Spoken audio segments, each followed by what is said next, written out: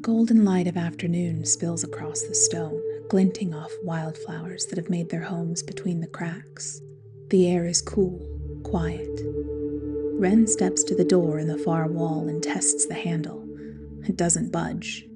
He frowns, shifts his weight, tries again. It doesn't even rattle. Maybe there's a trick to it, he mutters. I hear a sound, the faint trickle of water. I look around the courtyard, searching for the source, and spot a gap between the corner of the building and the outer wall. As I approach it, the sound gets louder. A quiet trickle, steady and soft. The kind of sound you only notice when everything else is holding its breath. I'll be right back, I say, already moving. The alcove is narrow, with roots crawling down the walls like veins. At the end, sunlight filters through a canopy of leaves, casting soft beams over a stone fountain. Water flows in a slow, perfect stream from an unseen source, pooling clear into the basin below, reflecting the light into shifting, dancing patterns across the walls. Silver and copper coins scatter the bottom, glinting brightly.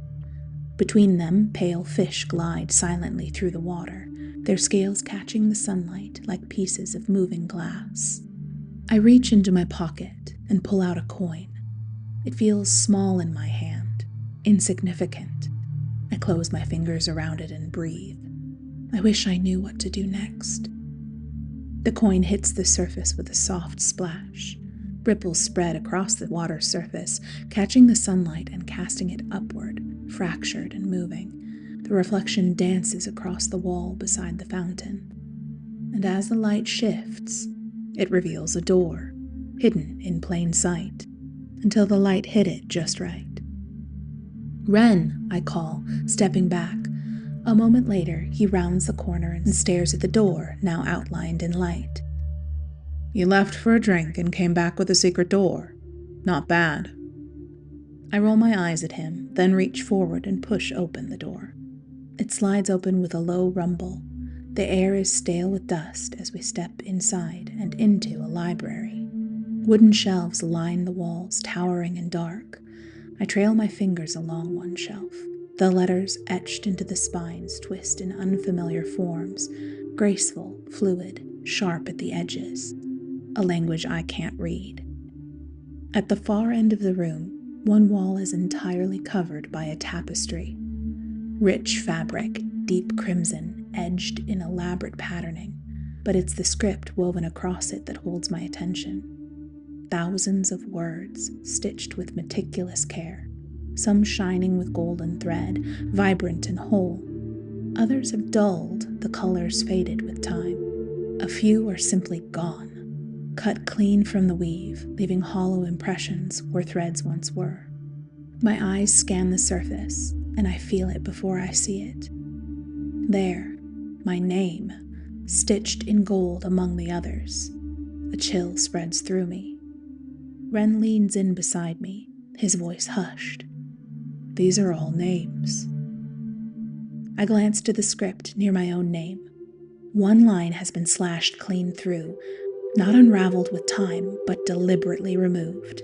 The threads are frayed and uneven, and the mark is recent. Who would do that? What would drive someone to cut themselves free? What would it mean to do the same? My fingers hover just above the thread. I could cut it, take back whatever power this place thinks it has over me. Still, I don't reach for my dagger. Whatever this binds me to, I'm not ready to unravel it. Not yet. A hand rests lightly on my arm. Wren follows my gaze, brow furrowing. We should move on, he says quietly.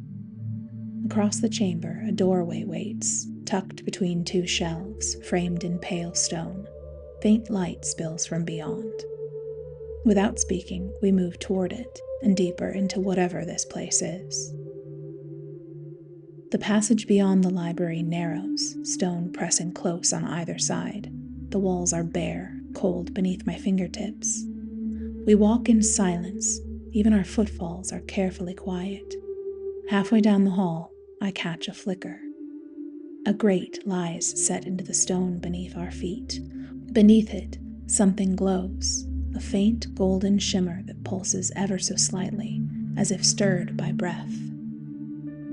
I crouch beside it. The light below wavers, casting long, crooked shadows that stretch and twist. Ren steps closer, his voice low.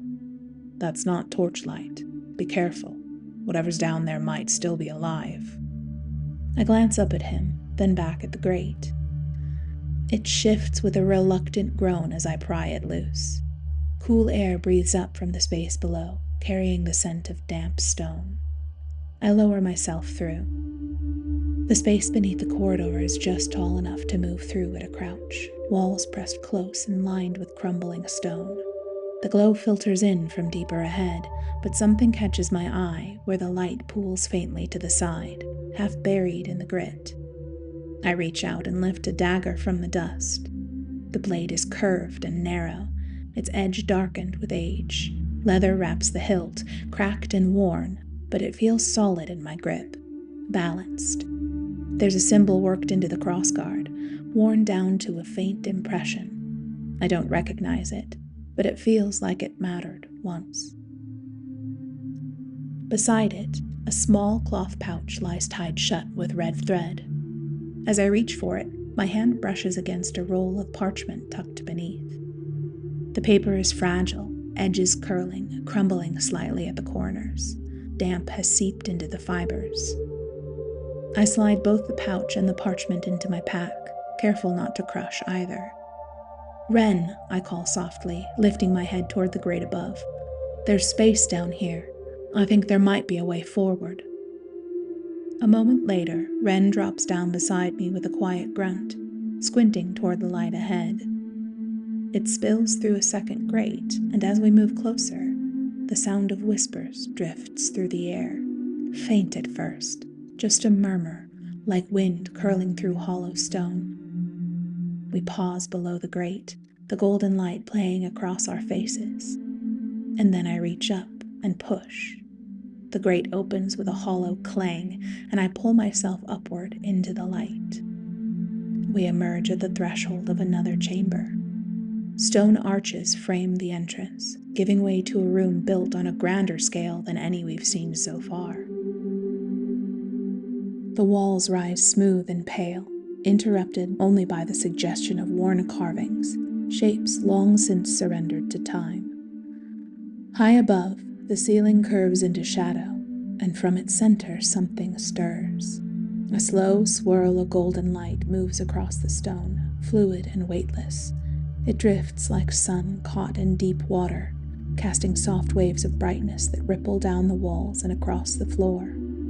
The air shifts around us in unseen currents, stirring flecks of light that hover like dust. And through it all, the whispers. They come from every direction, a tide of sound without source. Not voices exactly, but the ghost of them, layered and restless, breathless and indistinct. Too many to count, too quiet to follow, each word swallowed by the next until meaning vanishes entirely. I stop near the center of the room. Ren lingers at the edge, brow furrowed, watching the air as if expecting something to take shape. I close my eyes, just for a moment, and try to pick out a single voice in the flood. But I can't.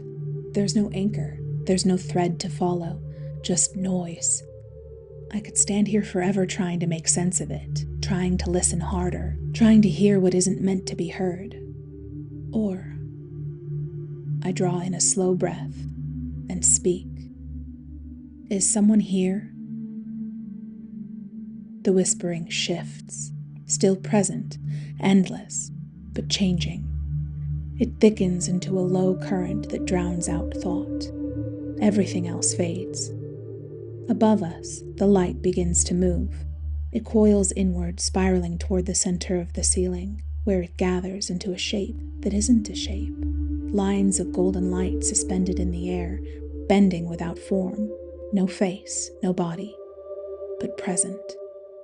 It pulses once, then it speaks. "You have come far." The voice isn't sound, it doesn't echo.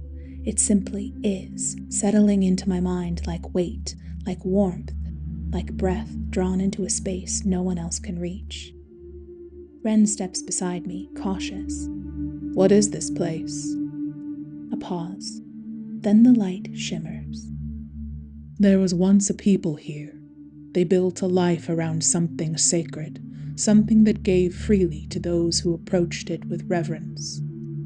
Memory begins to take shape behind my eyes. Not images exactly, but impressions. Stone corridors bathed in golden glow, hands lifted in offering, walls engraved with questions rather than answers. They learned from it. They lived by it. They protected it. The light sharpens. But one among them, a leader, a visionary perhaps, sought to claim what was never meant to be taken. I see flashes, just glimpses, a tether pulled taut, a chamber cracked wide by force, light splintering as something ancient screams without sound. They tried to contain the source, to wield it, to make it theirs. The air tightens around us. The attempt shattered what stood here. The people, their city, the order that held them. Another flicker. The light dims, not fading, just folding in on itself. And the source slipped beyond reach. When the time is right, it opens the path, and those who feel the pull begin to walk. Each brings something with them, longing, grief, hope. There's a pause that feels like expectation. Then the voice finds me again. Why do you walk the path, little traveler? What is it you seek to find at the end of the journey? I pause, contemplating my answer. But before I can speak, the words are taken from me, not stolen, understood. The voice absorbs the silence and continues. You are not the only ones walking. Some seek to learn, others to possess. One among them walks with purpose too sharp to be chance. A remnant of the past moves with them, a hunger shaped like inheritance. The light gathers into a single glowing point in the air, steady and deliberate. Follow the pool of the path. When you reach the place where the light falters, you will find what must not be claimed. Destroy it. Its end will lessen what remains, but it will keep the wound from reopening. The air softens around us. I will not speak again, but I see you as you move, and when the choice before you narrows, I will remind you that you are not alone. The light draws back. The whispers return, not louder, just more present. A hum without meaning stretching to the edges of the chamber, and we are left in stillness. Ren doesn't speak, neither do I, but we understand. This isn't just a path anymore, it's a reckoning, and we've been chosen to walk it.